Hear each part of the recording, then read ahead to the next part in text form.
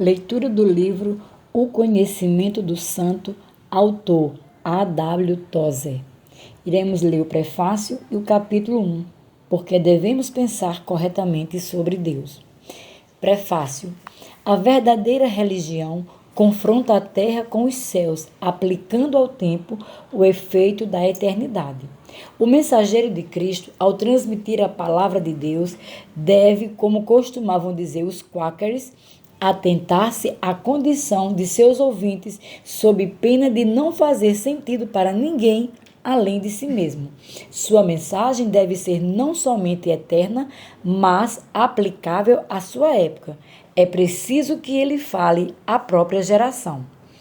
A mensagem deste livro não tem origem nos tempos de hoje, mas é adequada a eles. Foi despertada por uma condição que há anos existe na igreja e vem piorando cada vez mais. Refiro-me ao enfraquecimento do conceito de majestade no imaginário religioso popular. A igreja abandonou sua antiga reverência à ideia de Deus e a substituiu por algo tão baixo e ignóbil que se tornou completamente indigna de pensadores devotos.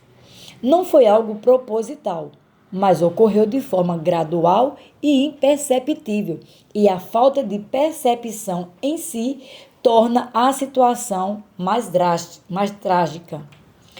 O baixo conceito de Deus, algo praticamente universal entre os cristãos hoje, é a causa de uma centena de males menores que nos rodeia.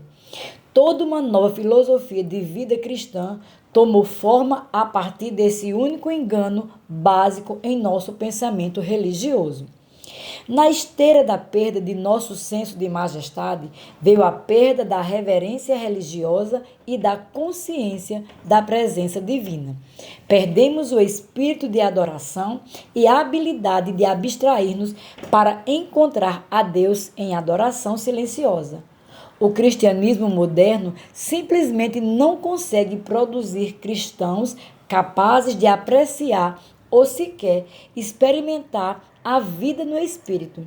As palavras aquietai-vos e sabei que eu sou Deus fazem pouquíssimo sentido para o adorador agitado e autoconfiante desta metade do século XX.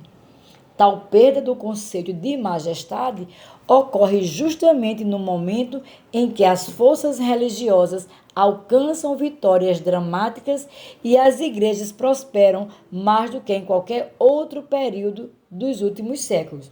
Contudo, mais alarmante é que, enquanto nossos ganhos são, em sua maior parte, externos, as perdas são internas.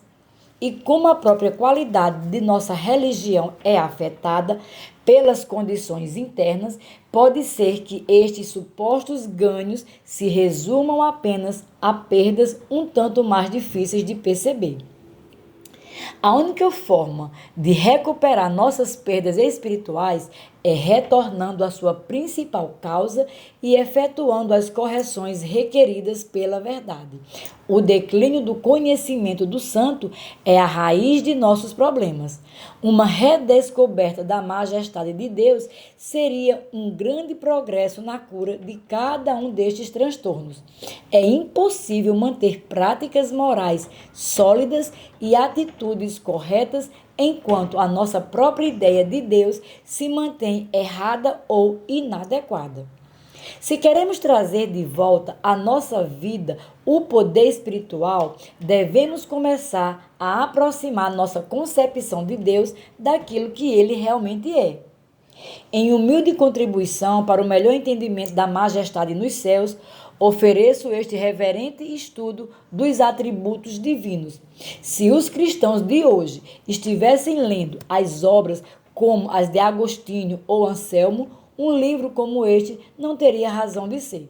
Mas esses iluminados mestres não passam de nomes para os cristãos atuais. Os editores conscienciosamente republicam suas obras de tempos em tempos e elas acabam por aparecer nas prateleiras de nossas bibliotecas. Mas é exatamente aí que está o problema. Elas permanecem nas prateleiras. O ambiente religioso atual torna impossível sua leitura, mesmo para os cristãos mais adultos. Não parece haver muita gente disposta a mergulhar em centenas de páginas de assuntos religiosos densos que exigem concentração prolongada. Essas obras relembram muitos dos clássicos seculares que foram forçados a ler na escola no passado, o que gera desânimo e os leva a abandonar a leitura.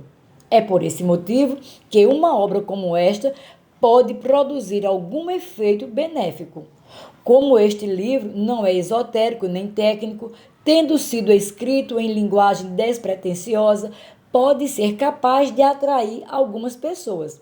Ainda que eu creia não haver aqui nada contrário à mais sólida teologia cristã, não escrevo para teólogos profissionais, mas para pessoas comuns cujo coração anseia por buscar o próprio Deus.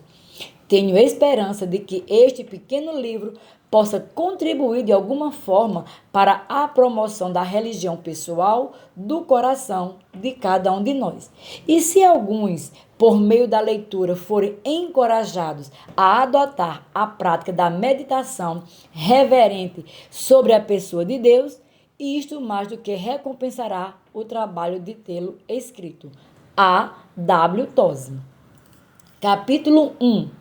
Por que devemos pensar corretamente sobre Deus? O Deus Todo-Poderoso, não o Deus dos filósofos e sábios, mas o Deus dos profetas e apóstolos e, acima de tudo, o Deus e Pai de nosso Senhor Jesus Cristo, posso expressar-te sem culpa? Aqueles que não te conhecem são incapazes de clamar a ti como és, não adorando, portanto, a ti, e sim a uma criação da própria mente.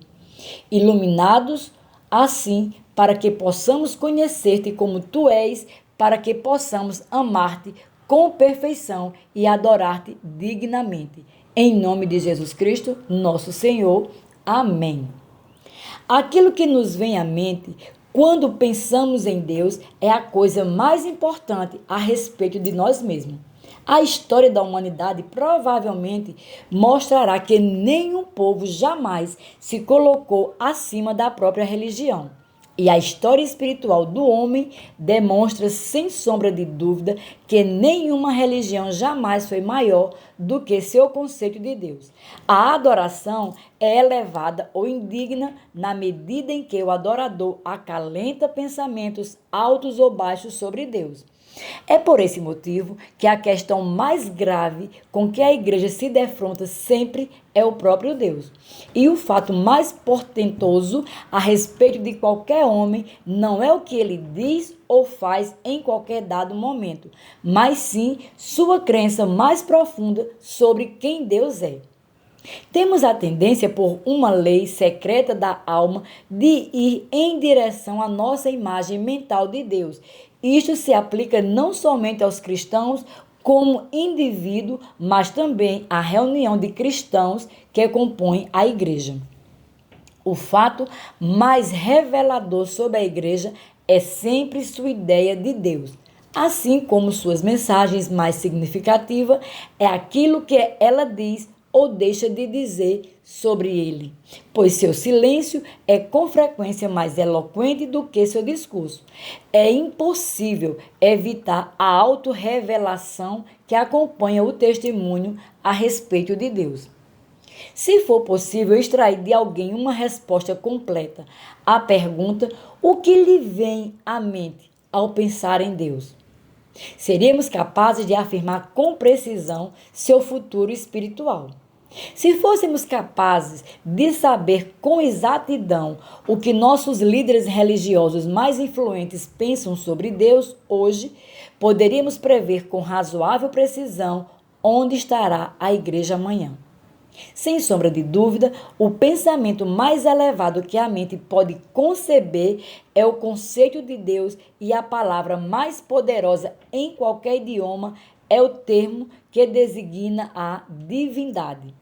O pensamento e a palavra são dons de Deus concedidos àqueles que foram criados conforme a sua imagem, que estão intimamente ligados a ele e não existem fora dele.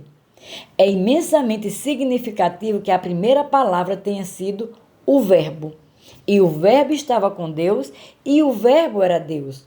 Podemos falar porque Deus falou. Nele, palavra e conceito são inseparáveis.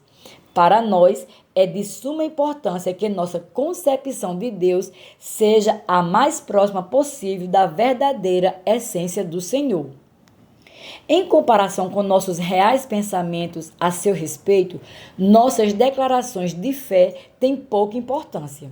Nossa concepção verdadeira sobre Deus pode estar soterrada sob o entulho de noções religiosas convencionais.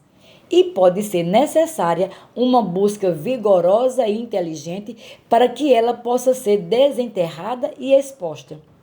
É provável que somente por meio de uma dolorosa autoanálise seja possível descobrir o que realmente pensamos sobre Deus. Uma concepção correta sobre Deus é fundamental não somente para a teologia sistemática, mas também para a prática da vida cristã. Ela é para a adoração o que o alicerce é para o templo.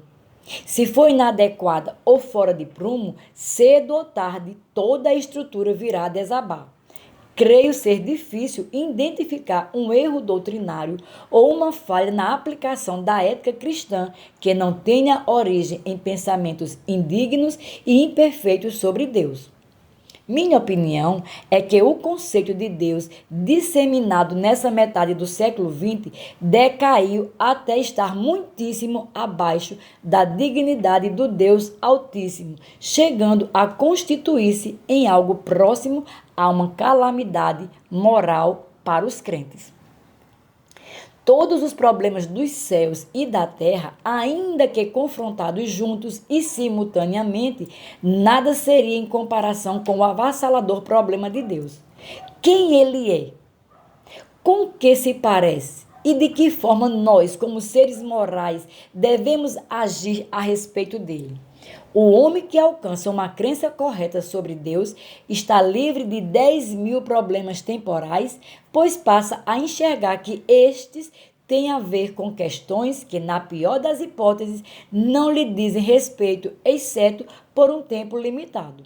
Contudo, ainda que seja aliviado dos múltiplos fardos temporais, o portentoso fardo único da eternidade pesa sobre ele com força maior do que todos os males do mundo amontoados uns sobre os outros. Este imenso fardo é sua obrigação para com Deus, a qual inclui o dever instantâneo e vitalício de amá-lo com todas as forças da mente e da alma e de lhe obedecer perfeitamente e de prestar-lhes adoração aceitável.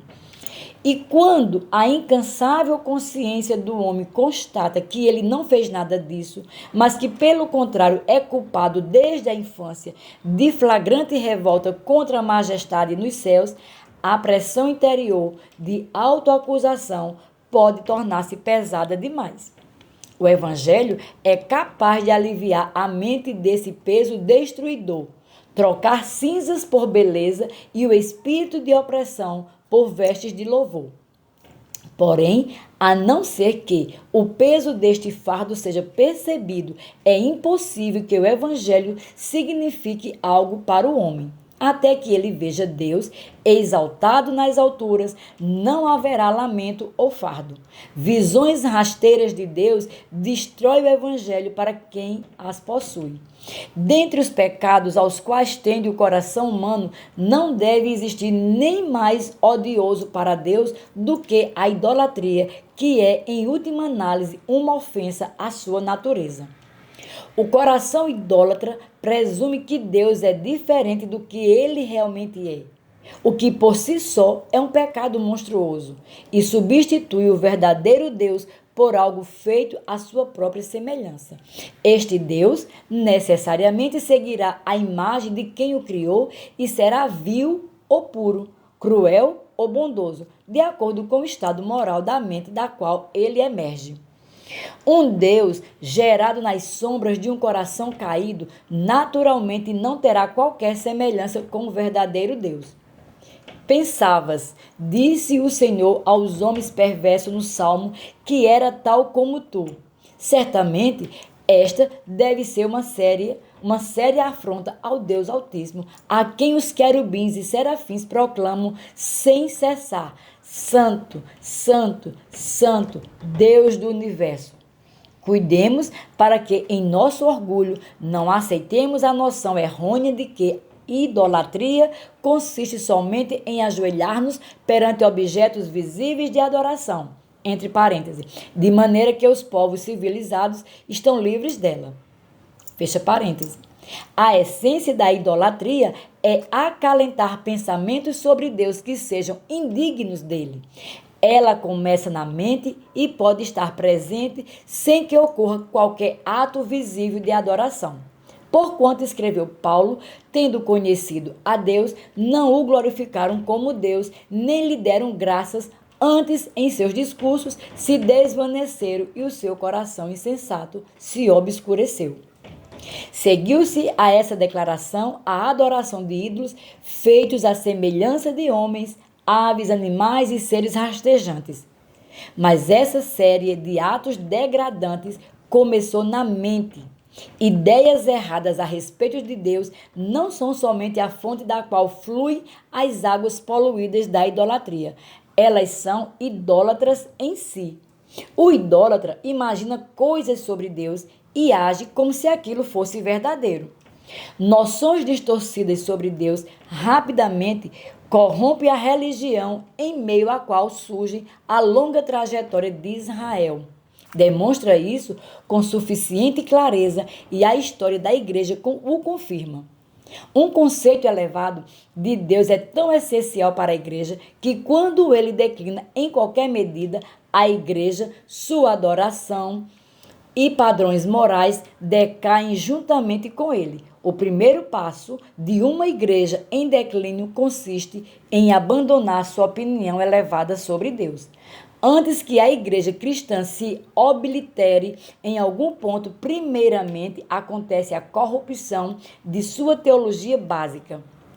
Ela simplesmente passa a dar uma resposta errada à pergunta: como Deus é? E prossegue a partir daí. Embora possa continuar teoricamente apoiada em uma crença nominal sólida, sua crença prática se torna falsa. Seus seguidores passam a crer que Deus é diferente daquilo que ele de fato é. E esse é o tipo mais insidioso e fatal de heresia. A obrigação mais relevante da igreja cristã hoje em dia é purificar e elevar seu conceito de Deus até que este se torne novamente digno